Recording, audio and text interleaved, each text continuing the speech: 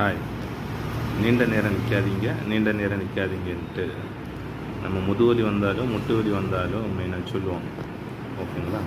இதில் முதுவலி வந்தால் ஏன் டாக்டர்ஸ் ரொம்ப நேரம் நிற்காதீங்க அப்படின்னு சொல்கிறாங்க அப்படிங்கிறத பற்றி பார்த்துப்போம். சரி, ரொம்ப சிவியராக இருந்தாச்சுன்னா நம்மளாலே நிற்க முடியாது.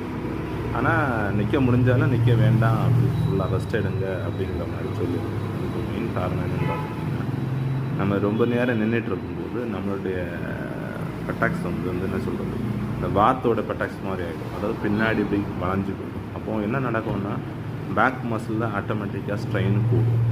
ஓகேங்களா? அதில் ஃப்ரண்ட் தை மசில்ஸ் பார்த்தீங்கன்னா டைட்டாக ஆரம்பிக்கும்.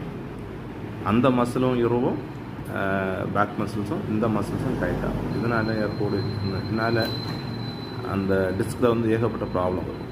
இதனால் கூட பேக் பெயின் குறையாமல்